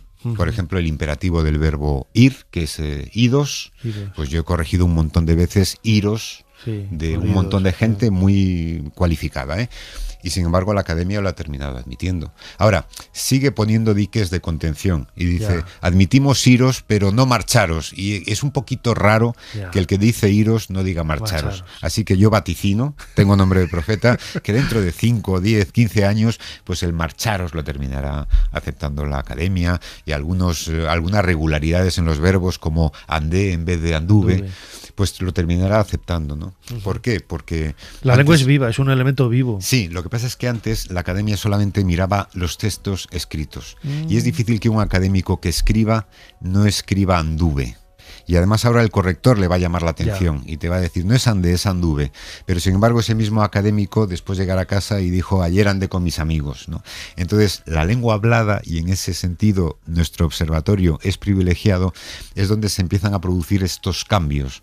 Y estos cambios que llegan en un momento a ser norma. Y a mí ese tipo de errores que después han acabado siendo norma, pues me parece que son los más interesantes. Y los que fijan nuestro ADN también, porque, o sea, si la lengua castellana tiene un 8% de verbos irregulares, significa que la regularidad es la norma, ¿no? Claro. Entonces tendemos a decir produció en vez de produjo. La verdad que por educación decimos produjo, pero al final ese verbo yo creo que en un futuro terminará siendo regular, como por ejemplo, desde que aquellos hispanos malhablantes empezaron a construir el castellano, no se ha creado un puñetero verbo en la segunda y en la tercera conjugación.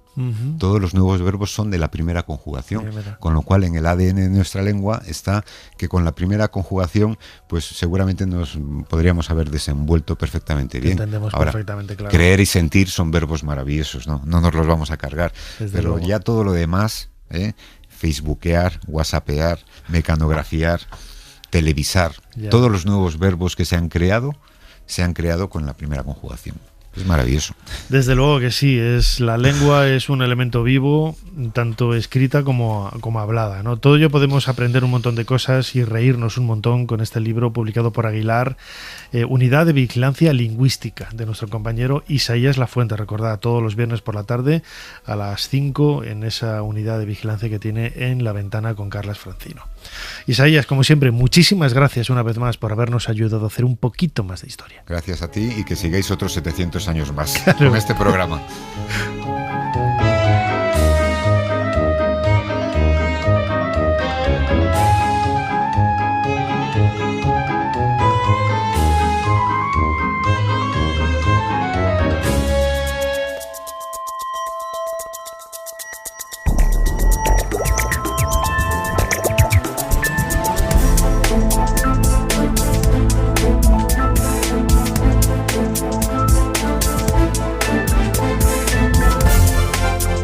Llegamos al final de este nuevo episodio de Ser Historia. Recordad que si lo queréis escuchar completo lo podéis hacer a través de Ser Podcast o de cualquier otra plataforma de podcast. Como siempre, Fermín Agustía estando en la producción del programa, Ana Caballero controlando las redes sociales y también la producción de este programa, Chumi Rodríguez a los mandos de esta máquina del tiempo y delante del micrófono vuestro humilde servidor Nacho Ares. Os dejamos con más cosas aquí en la cadena Ser. Hasta la semana que viene.